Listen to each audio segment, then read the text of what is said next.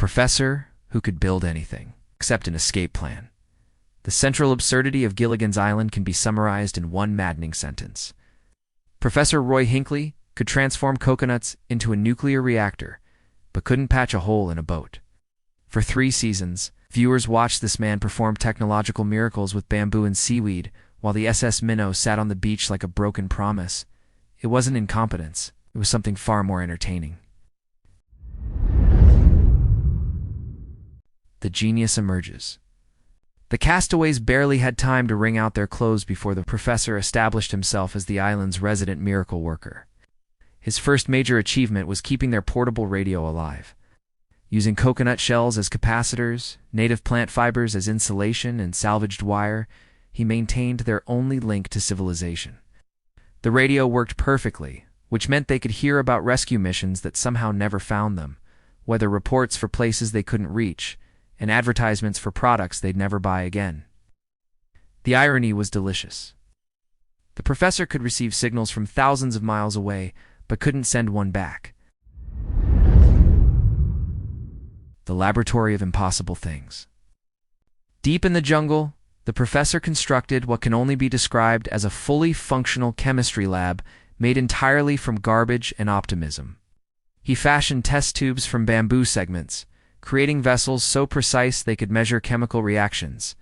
He synthesized nitric acid using nothing but clamshells and seaweed, a process that would impress university chemists and terrify OSHA inspectors in equal measure. He even produced explosives, because apparently marooned on a deserted island is the perfect time to experiment with homemade bombs. His workspace featured graduated cylinders, beakers, retorts, and distillation equipment, all crafted from materials that grew on trees or washed up on the beach.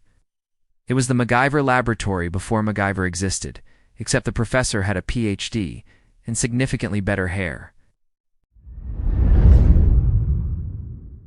The professor's invention list reads like a fever dream, written by a patent office clerk who'd been stranded in the tropics.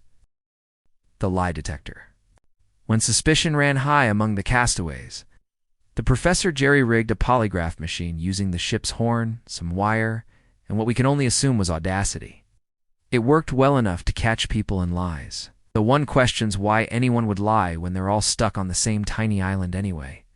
The pedal-powered washing machine. Marianne and Ginger needed clean clothes, so the professor built them a bicycle-powered laundry system. It required one person to pedal furiously while another fed clothes through bamboo rollers. It was exhausting, inefficient, and still more advanced than anything available during the actual era the show depicted. The battery recharger. The professor created a device that could recharge batteries using principles of chemistry that would make a Radio Shack employee weep with envy. The batteries were then used to power equipment that somehow still functioned despite being waterlogged and buried in sand.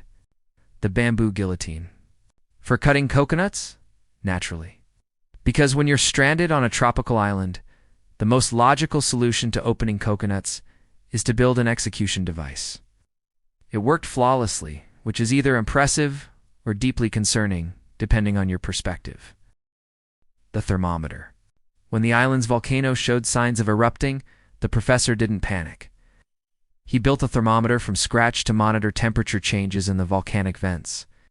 Using mercury extracted from the ship's instruments, glass tubing fashioned from melted bottles, and calibration marks etched with surgical precision, he created a working temperature gauge. It successfully predicted the eruption, giving the castaways time to prepare, though prepare mostly meant panic in a slightly more organized fashion. The telephone system. After a storm washed a transoceanic telephone cable onto the beach, most people would have stared at it sadly.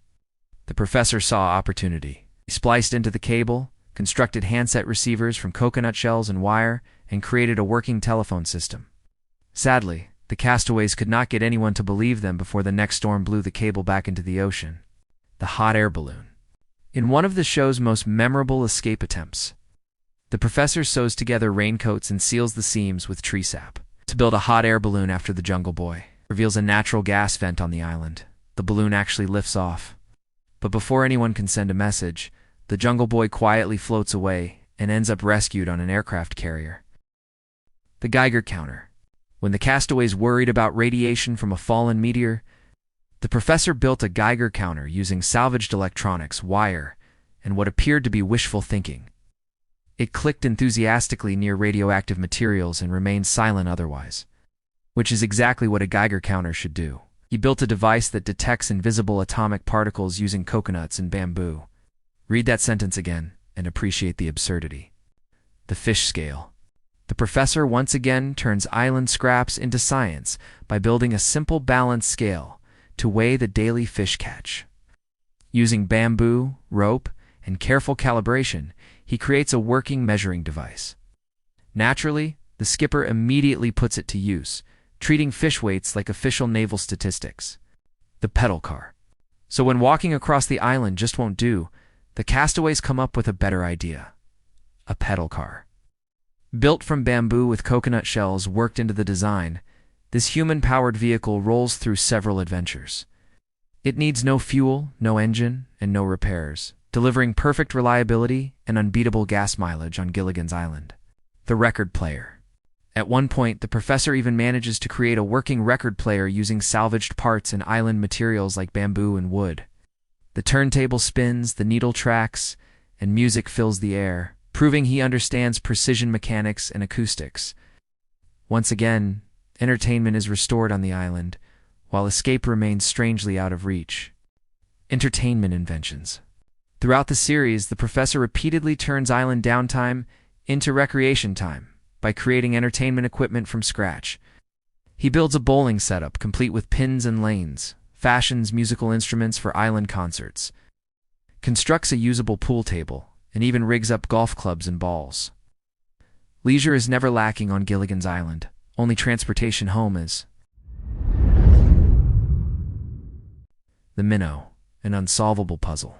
Yet despite all these miracles, the SS Minnow remains stubbornly broken. The boat sat on the beach like a monument to failure, 3-foot hole in its hull, mocking the professor's every achievement. He tried numerous times to fix it, and each attempt ended in spectacular disaster. It's the Great Glue Catastrophe. In Season 1, Episode 8, Goodbye Island, the professor thought he'd finally cracked it. Gilligan and Marianne discovered a tree sap stronger than industrial adhesive. The professor analyzed it, approved it, and used it to patch the massive hole in the Minnow's hull. The repair looked perfect. The castaways packed their meager belongings, said emotional goodbyes to the island, and prepared to sail back to civilization. Then the glue dried. Apparently, the miracle sap had one tiny flaw. It became brittle upon complete curing. As the castaways loaded the boat, the glue didn't just fail, it catastrophically disintegrated. The entire boat fell apart in a sequence of slapstick destruction that would make the Three Stooges proud. Planks separated, seams opened, and the Minnow essentially exploded into its component pieces. They went from rescue imminent to back to square one in approximately 15 seconds. The unspoken truth. The practical explanation was simpler. The show needed them to stay stranded. Every week, they had to still be on that island. So every week, something had to prevent their escape. The Minnow couldn't be repaired because if it were, there would be no show. But there's another theory, whispered among fans with a knowing smile. If you were stuck on a tropical island with Ginger Grant and Marianne Summers, with fresh fish, coconut cream pie, and no alarm clocks, would you really be in a hurry to return to Kansas or wherever the skipper came from? Perhaps the professor, in his infinite wisdom, recognized that some problems are better left unsolved. He could build anything except the one thing that would end his endless vacation in paradise. The paradox explained. The professor wasn't incompetent. He was overqualified for everything except the thing that mattered. He could build a nuclear reactor but not repair a boat for the same reason a heart surgeon can't fix your car's transmission. Specialized knowledge doesn't transfer across disciplines, even when you're supposedly a polymath genius. Or maybe, just maybe, he could have fixed it all along. He just chose not to. After all, if you could turn coconuts into telephones, why would you want to go back to a world where people pay monthly bills for worse service? If you could manufacture explosives from seaweed, why would you return to a place with zoning laws and OSHA regulations? The professor could build anything except a reason to leave.